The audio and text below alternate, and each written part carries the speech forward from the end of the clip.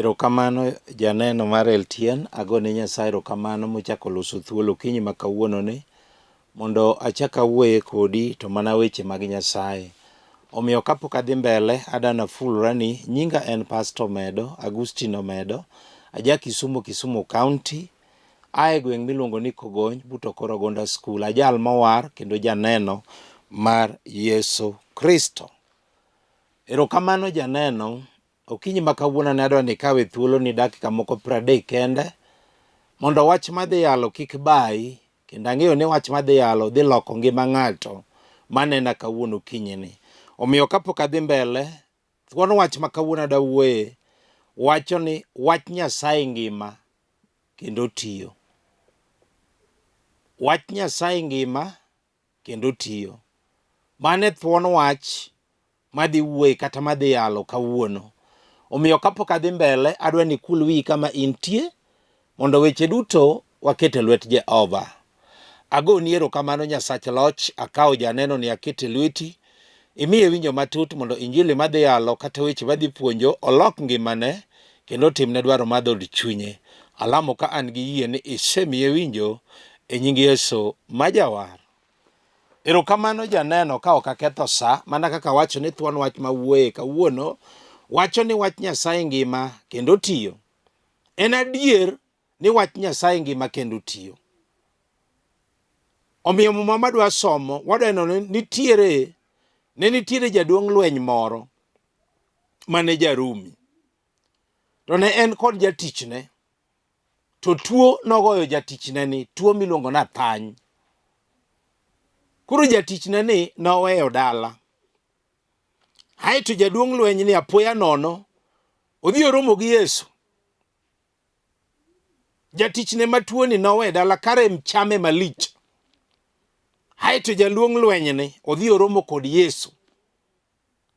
To kano oromo gi Yesu, to jaduong' lweny ni nowachone Yesu wach niya, en gi jatichne moro to tuo, en gi tuo mar athany, lakini en dala. To Yesu noduogo wachone jaduong' ni niya, Ayie abodhi kodi mondo alamne chang. To kang'eyo ni achien jaduong' ni noparo wach mane. To jaduong' lweny ni oparo wach moro, to wachone Yesu niya, ooyo jaduong', an ok owinjore idonj kata mane bwo tat oda. Wachone Yesu kamano, tiende ni ne en gi yie maduong'. Ni to wach mana wach kende.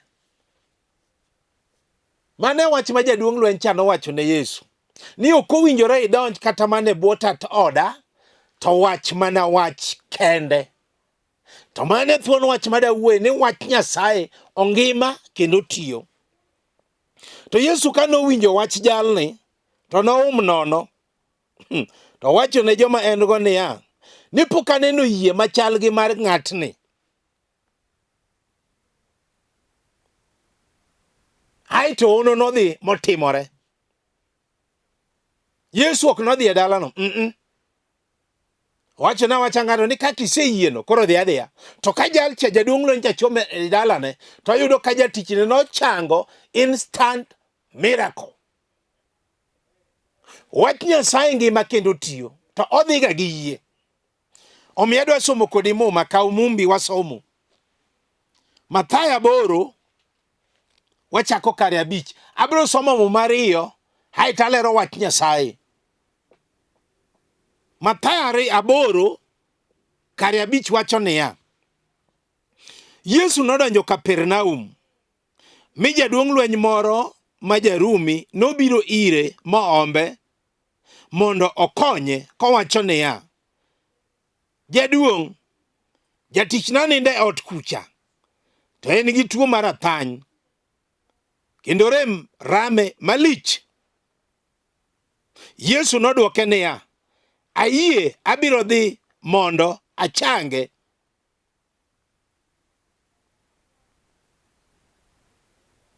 To jaduong' lweny nowachone niya, ooyo jaduong', an ok owinjore idonj mana kata e bwo tat oda to wach mana wach kende to jatichna biro kuo. Ni to wach mana wach kende to jatichna biro kuo. Wach Nyasaye. Tapar wacho niya, kane Yesu owinjo kamano, to nowuoro mi owacho ne joma ne luwe niya, adiera wachonu ni pok aneno yie machal gi mar ng'atni. 13 wacho niya, eka Yesu nowacho ne jaduong' no niya, jaduong' lweny no niya, koro dhi adhiya dala, kaka iseyie no e kaka gino mondo timre. Kamano jatichne nochango mana gi kanyo. Instant miracle. Muma mar ariyo, awacho na somo mumbe ariyo, kore kalero wach. Muma mar ariyo, wayude Jo-Ibrania 4. Wachako kare 12. Mum Nyasaye wacho niya, wach Nyasaye ngima kendo tiyo. Wach mane jalcho wach, mane Yesu wacho ne jalcha. Ni kaka iseyie no, koro dhi adhiya. To ka jalcho chope dalane, to yudo ka jatichne ochango. To Jo-Ibrania 4 wacho niya, wach Nyasaye ngima kendo tiyo, bende obith moloyo ligangla madhoge 2. Obawo chuny dhano, kendo odonjo nyaka iye mogik, kama opogo e paro kod chuny. Kata okinyi ma kawuono ni adawuoyo gi mama moro mobed mos, kata jaduong' moro, kata chiliel moro, kata nyako moro, kata kijana moro, kata nyathi skul moro mobedo mos, mawinjo kinyi ma kawuono sani, mano kale wach moro matek, kendo ne ok onindo otieno, weche gi tek e ngimane. Ok ang'eyo ni en wach mane mikale okinyi ma kawuono ni. Mana kaka jaduong' lweny cha, ne en gi jatichne, to notuo kendo rame malich, tuo miluongo ni athany. Kata obedo ni en jatelo, to ne ok onyal lamo ne jatichne machangi. Awuoro yie wach Nyasaye mangima kendo tiyo, to wach Nyasaye ni odhi gi yie.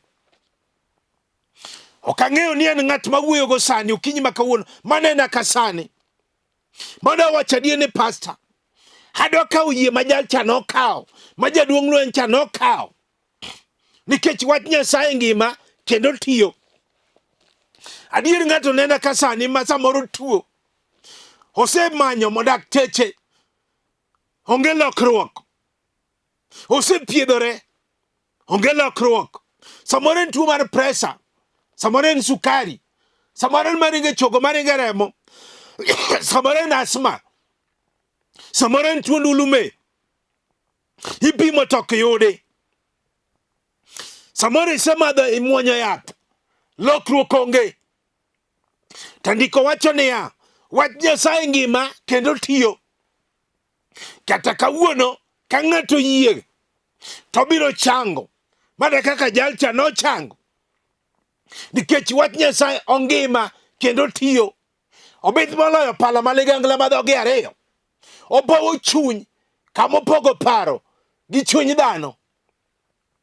Kata kawuono awuoyo gi ng'at ma wacho ni pastor, ane masebedo matuo, tawinjo wach Nyasaye nongima kendo tiyo.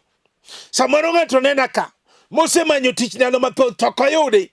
Ing'ise mana ni kuja kesho, samoro ing'ise na kuna kazi, samoro en gi papers, adier en nyaka gi degree, ne osomo, osemanyo tich, mamanyo tich olokore tich migeno rumo. Tajibi kawuono niya, wach Nyasaye ngima kendo tiyo. Kata kawuono ka ng'ato yie to biro yudo tich e nying Yesu. Onge gima tek manosetamo Nyasaye. Samoro ng'ato nene ka dier, mosemanyo nyathi, mowacho adier ni pastor, ane mano ok anindo otieno, ok ang'eyo gima chando kit ngimana, mana kaka jalcha ne rem ramo, ka jaduong' lweny oromo gi Yesu. Owacho ne Yesu niya, an gi jatichna to tuo, en gi tuo mar athany, kendo rem rame malich. Tawuoro yie ma jaduong' lweny cha nokawo. Ng'ato nena ka sani adier, mosemanyo nyathi ndalo mathoth to ok oyudi. Samoro osemadho yath aina gaina, lokruok onge. Samoro oseneno dakteche madongo, iluongo ni gynecologist, mago bende nosetemo, duoko tamore. To kawuono ndiko wacho niya, wach Nyasaye ngima kendo tiyo. Obiro tiyo ne ng'ato kawuono, mabiro kawo yie ma jalcha nokawo, miyud nyathi miting' e orono. Akia ni ng'ato be winja mobedo mos, mawacho ni pastor, awinjo wach Nyasaye. Wach Nyasaye kare timo gimoro, kata kawuono biro timo ne ng'ato. Samoro adier nich mimako to wuok gi dweche adek. Samoro adier imako adier, kidhi osiptal inyuol maber to kine iduogo dala gi lweti. Kawuono ndiko wacho niya, wach Nyasaye ngima kendo tiyo. Kawuono biro tiyo ne ng'ato, adier biro tiyo ne ng'ato ma nyathi operation mane samoro dhi timo nini ok ne chak timo operation kendo, nikech wach Nyasaye ngima kendo tiyo. Ibiro nyuolo nyathi miting'. Awuoyo gi jal mabiro kawo yie, mana kaka jaduong' lweny cha nokawo yie. Wacho ne Yesu niya, ok owinjore kata idonj mana tat oda, to wach mana wach kende. Ka Yesu nowinjo kamano, noum gi yie ma jalcha ne nigo, to nowacho ne niya, kaka iseyieno, koro dhi adhiya. To ka jalcha ochopo dala, to yudo ka jatichne ochango. Kare wach Nyasaye dhi kod yie. Ka ng'ato yie okinyi ma kawuono ni, mobedo mos winja kasa nikech ng'ato bedo mos. Ji wacho ga naneno ng'ato, to kane ng'ato, Roho Maler maneno ng'ato. Samoro adier ng'ato nena ka, mosemanyo dichuo mondo kende, gini ogore e lwanda. Maketho ne sa kende, emoromo godo. Tindo limo wedene mathoth, kata ng'at mapenje nyinge onge. Geno norumo. Tindo en gi nyithindo adek, ng'ato ka ng'ato gi wuongi. Owacho adier ne jowadwa, nachom kanye. To kawuono ndiko wacho niya, wach Nyasaye ngima kendo tiyo. Obiro duoki e dalani mane renge weyo, nikech jachiene manogol. Ibiro yudo dichuo e nying Yesu. Beda beda gi yie, nikech yie kelo gik maonge mabedie. Akia ni ng'ato be winja mawacho ni pastor, awinjo duond Nyasaye, nikech wach Nyasaye ongima kendo tiyo. Mana kaka jo-Rumi jo-Ibrania nowacho, ongima kendo tiyo. Kata kawuono ng'at manena ka, kiangi kawo yie, to biro tiyo ni kawuono, nikech Nyasaye ok riambi. Samoro ng'ato nena ka makwe nosemanyo, owinja wach kwe. Wach kwe ni owinja ode. Eno ywak pile. Owacho ni jowadwa, ang'o mane otimorena? Naromo gang'o? Okia gima timore kit ngimane. Samoro nena ka, odwa madho nyaka sum, nikech jachien nogole dalane, noringo dalane, noringo ode. Tindo tiya ne tiji ot, mane ma jachien okete, ni oro na meni gi pesa dala. Owacho ni mama nyagi nera, mana oro ni pidh nagonji kwa mama. Geno nodhi orumo, nikech jachien nodagi ni kwe ok nyal bedie, manogole ode. Samoro ng'ato nena ka tier, mowacho ni pastor, ane ma winjo, ane ma naringo oda, ane ma jachien nogolo oda. To ok ang'eyo gima notimore, kata dhawo nokwa dhawo. Iwinjo mama, wach Nyasaye ngima kendo tiyo. Kata kawuono, obed moloyo pala maligangla madhogi ariyo. Kata kawuono ka ikawo yie, Nyasaye biro duoki e odi mane renge weyo. Akia ni ng'ato be winja mawacho adier ni pastor, awinjo wach Nyasaye ongima kendo tiyo.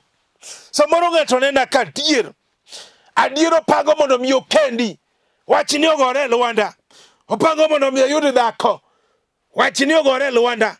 Samoro kokendo, mon dhi adhiya to be ok gichwanyre.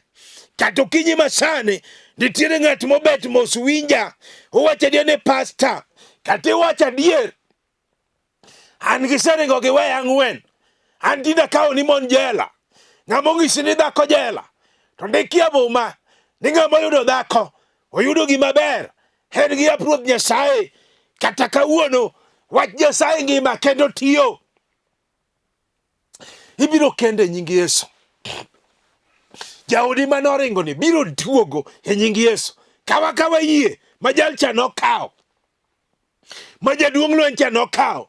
To kodok dala to yudo ka jatichne ochango. In bende kawuono katinene sitting room ka, kati winje magawa, kati winje metoka, ka ng'idok dala gima ne dwaro cha kikawo yie ibiro yudo kotimore. Akiani ng'ato be winje kama nitie mawacho adier ni pastor awinjo duond Nyasaye nikech wach Nyasaye ngima kendo tiyo. Samoro ng'ato diera ka dier mosemanyo ot kata dala opango mondo mi ogedi wach ni kethore aketha, opango mi ogedi wach ni ruchore arucha, opango mondo mi ogol dala higa luoro higni luoro aluora. Geno osedhi morumo. To kawuono jiwi ni wach Nyasaye ngima kendo tiyo. Kawa yie ibiro gedo higani, ibiro golo dala higani e nying Yesu. Akiani be nitie gima tek manosetem motamo Nyasachwa timo. Akiani ng'ama winjo mawacho ni pastor awinjo wach Nyasaye ongima kendo tiyo. Kawuono ka ng'ato kawo yie, ka ng'ato kawo yie mabiro lamo gi ng'ato studio ka, to yie biro kelo gik maonge mabedie. Ng'ato neno ka sani adier ma oselamo Nyasaye mondo kong'o rume dalane otamore kata rume ode, omiyo kong'o omako nyaka nyipinde, kong'o omondo nyipinde gedo, kong'o omondo nyipinde tich, kong'o omondo nyipinde kendo, kong'o omondo nyipinde nyombo. Tinde geno rumo. Samoro mako mama moro kanena sani nikech ok chuo kende ma jachien kete kong'o. Omako mama moro kanena sani owacho no golo stress. Ng'among'isi ni kong'o golo stress. Kawuono andiko wacho ne wach Nyasaye ngima kendo tiyo. Kata kawuono obro ketho chunje mag kong'o. Adier ongima kendo tiyo. Obro weyo dalani sani ka ng'ikawo yie mama kech mama moro ywago nyithinde, jaduong' mono nene ka ma ywago nyithinde sani kendo sama yalo kama pi wang'e go kala wacho ni pastor ane minena ano kane ng'ato roho maler ema neni. To kawuono ka ng'ikawo yie to jochiende mag kong'o biro rumo e dalani te. Akiani ng'ato be winja. Kawuono Nyasaye biro timo ne ng'ato. Adier ng'ato nena ka sani kendo winjo bedo mos. Eno pango ochako ohala to chunye chida. Mano Satan. Adier samoro pango moketi business neni ohala ni luora podha.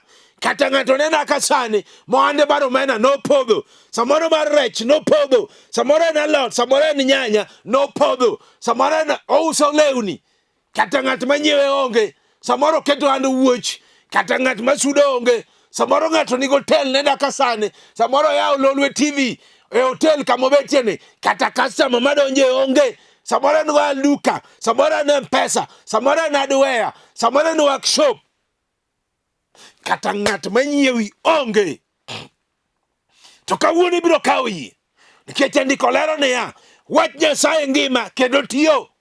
Kata kawuono ka ng'ato kawo yie to ohala manolwarni biro chung' kendo, ohala manopodhoni biro chung' kendo, ohala manopodhoni biro chung' e nying Yesu.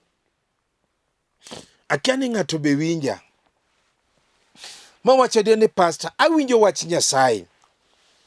Kare wach Nyasaye nyalo tiyo? Ok nonyalo, wach Nyasaye tiyo.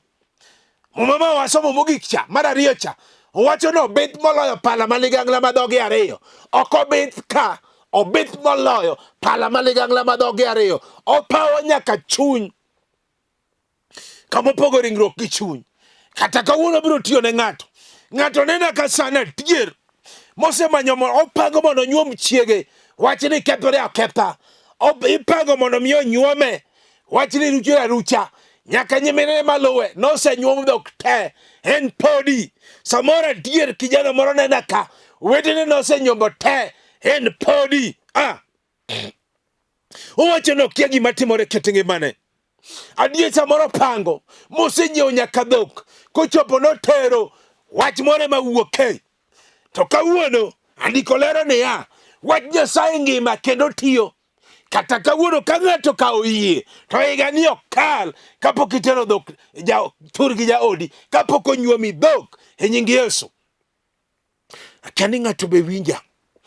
Samoro ng'ato nena ka dier obetie dala ne mos nitiere miere moko matho neko higa ka higa in higa ka higa giiko athiedh nade gi ywagruok opogo lak giwacho ne pasa ane ma winjo wach Nyasaye to kawuono wach Nyasaye ngima kendo tiyo obiro chungo tho maneke dala higa ka higa. Akia ni ng'ato be winja. To kawuono ka ng'ato kawo yie ma jalcha nokawo to miracle dhi timore. Kech I believe in a miracle. Nyasach miracle. Samoro ng'ato nena ka nyathi skul moro nena kata nie college osetemo notieko enowe kore samoro semanyo fee otamore motiego e college kata mosomgo samoro tuo moro nogore kuome otame nyaka somo to kawuono wach Nyasaye ngima kendo tiyo obith moloyo pala maligangla dhoge ariyo kendo fee biro e nying Yesu.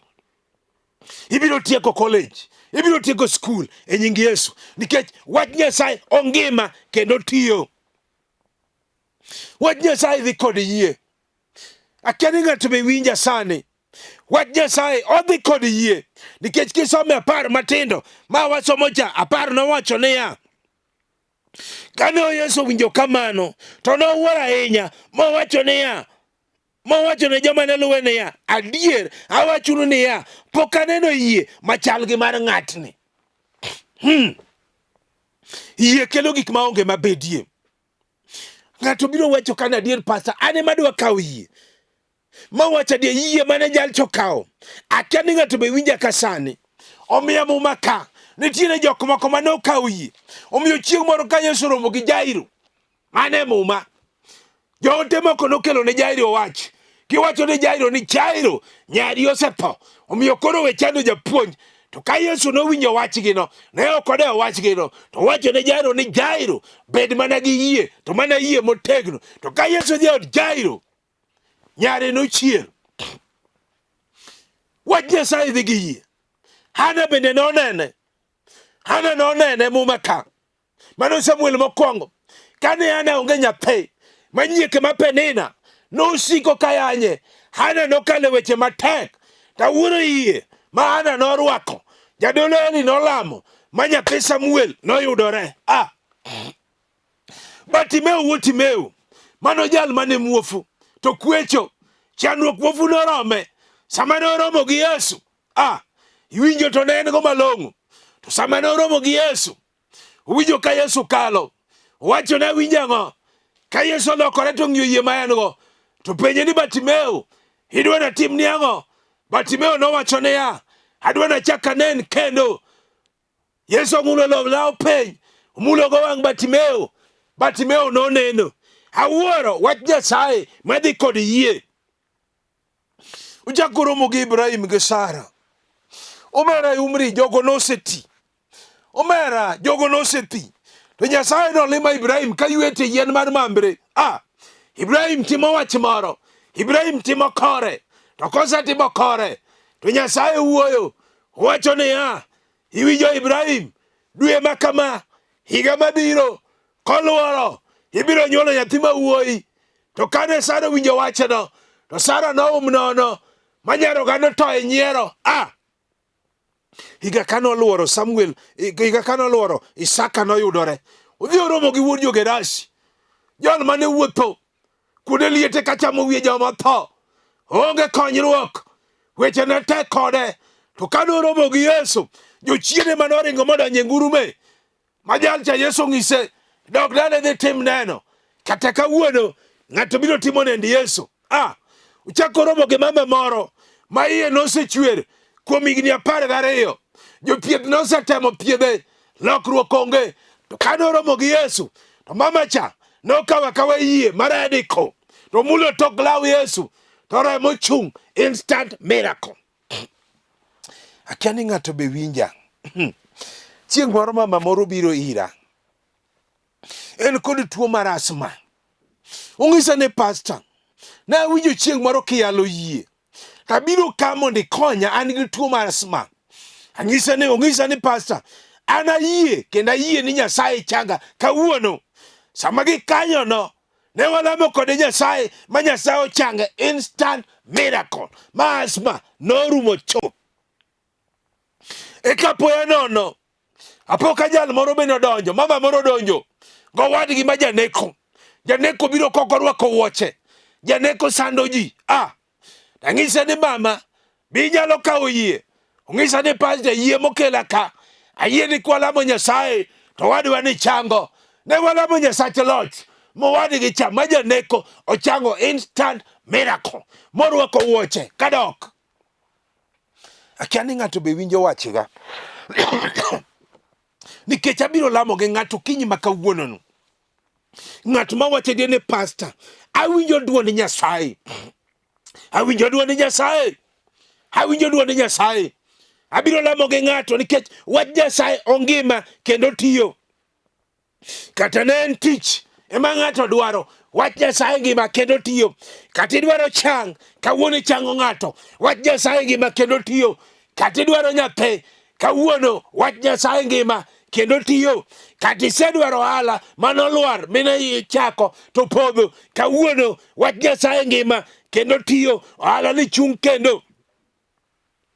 Kata en tho mane kedala, kawuono wach Nyasaye ngima kendo tiyo. Kata dhaka misedwaro mondo mi kendi, kawuono wach Nyasaye ngima kendo tiyo. Kata isedwaro mondo yud ng'etni, kawuono wach Nyasaye ngima kendo tiyo. Kata isedwaro mondo inyuom chiegi, kawuono wach Nyasaye ngima kendo tiyo. Kata isedwaro mondo mi onyuomi dhok, kawuono wach Nyasaye ngima kendo tiyo. Kata isedwaro mondo mi isom, kawuono wach Nyasaye ngima kendo tiyo. Adwa ni ng'ato kawane yie kama nitie. Nikech awinjo ka dwa lamo kodi Nyasaye. Yie ma jaduong' lweny cha nokawo. To kodok dala, to yudo ka jatichne ochango. Kata kawuono, akia ni winja kanye. Kata in Mombasa, kata in Kisumo, kata in Eldoret, kata in Busia, kata in Bondo, kata in Oyugis, kata in Kampala oko mar Kenya, kata in Kendu Bay, kata in Homa Bay, kata in Mombasa, kata in Nakuru, kata in Nairobi, kata in Elgon, kata in Bod, kata in Kanye. Adwa ni kawane yie moro ma jal cha nokawo. E wach mosesandi. Nikech adwa lamo kodi Nyasaye. Kenyalo mako tiviti maki. Kenyalo go chonge penye te go. Nikech yie biro kama intieno. Yie biro kama intieno. To timo ni gimedwaro. Walamo. Agoni yero kamano Nyasache loch. Akawo janeno ni akete lweti. Akawo mama ni, akawo jaduong' ni, akawo chi liel ni, akawo kijana ni, akawo nyako ni, akawo nyathi sikul ni. Japuonj akete lweti. En gi yie Jehova ni gima nodwaro tok Injili ni Nyasaye isetimone. Nikech badi ok chiek be itiyo kodino. Alamo kan gi yie ni timone e nying Yesu ma Jawar. Mana kaka iseyieno e kaka gimidwaro no mondo timre. Namba mar simu awayo piny ka. Mana nyinga kaka wacho ni an Pastor Omedo, Agustino Omedo, aja Kisumu County. Ae gweng' miluoko ni Kogony buto Korogona School. Ajal mowar kendo janeno mar Yesu Kristo. Kendo mopong' gi teko mar MALER. Ji osekawo nambana moyudo konyruok. E piny Nairobi ka ayudore gweng' mar Lakisama. Kaw nambana 0726 8439 41. 0726 8439 41. Nambana machielo en 0750 3834 99. 0750 3834 99. Kapok atieko, ago erokamano ne director Sam Malolwe TV, Sam Ochola. Nyasaye mondo gwedhi kamoro mano intie. Kaachiel gi Niko Kelo nyaka jololwe TV te. Nyasaye mondo gwedhi nyaka osiepna Tobias mawuod Kindu. Nyasaye mondo gwedhu joneno Malolwe TV te. Erokamano nikech Injili en teko Nyasaye. Nyasaye mondo gwedhi ka watudore. God bless you.